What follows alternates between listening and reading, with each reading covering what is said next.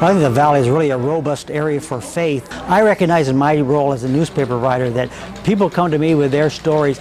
I get to literally sit before hundreds and thousands of people in like 1 hour little teaching sessions. I'm the student, they're telling me their life story in the most compelling way they can share, and so I have a responsibility to treat them as they would like, as I would like to be treated myself. I was a really good student in school, all the way down to grade school. I was valedictorian in my high school class, very expressive, read books just enormously, and when I was a senior in high school, the English teacher asked me to be the editor of the high school newspaper, which was published in the county newspaper.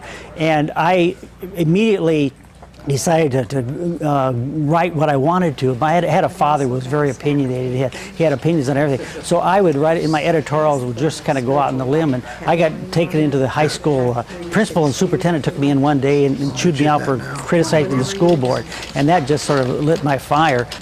Went on and got my master's degree at Northwestern University in journalism.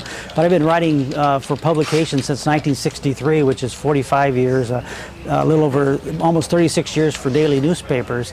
And I've had lots of experiences. I covered school boards, courthouses as a farm editor, assistant state editor, a state editor, columnist. Came to Tempe as city editor in 1984, as managing editor in 1985. And during that time, I was very active in my faith community. I had been an elder in the Presbyterian Church since 1974. I think my senior editors recognized my engagement, and I had that temperament and that sort of acceptance and tolerance I think you really need to be a religion writer. Well, I think the coverage of Pope John Paul II in 1987 was a major thing. We knew a year ahead of time. I worked at Phoenix Catholic Diocese on their committees to make sure that we in the secular press had a really excellent opportunity to get full coverage of that. But probably the biggest story I ever did was a 2-day event when Mother Teresa came in February of 1989 to the diocese here, looking for a place where she could set up her Sisters of Charity.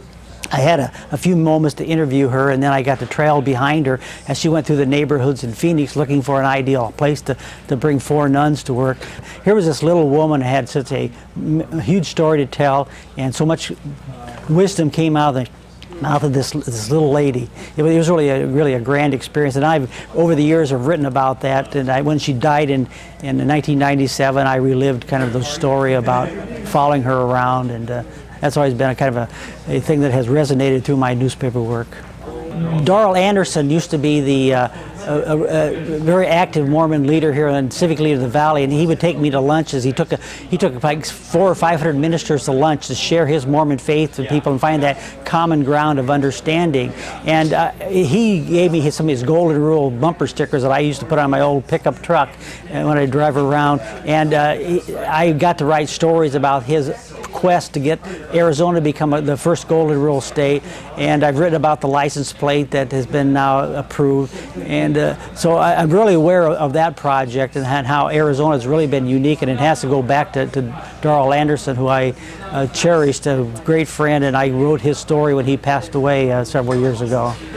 And I see from time to time bigotry and fear that permeates a lot of our religions. And here in Arizona, people like Paul Eppinger and the Arizona Interfaith movement are really a force to try to work against that kind of attitude that we have the truth, the only truth, and other faiths just have missed the boat.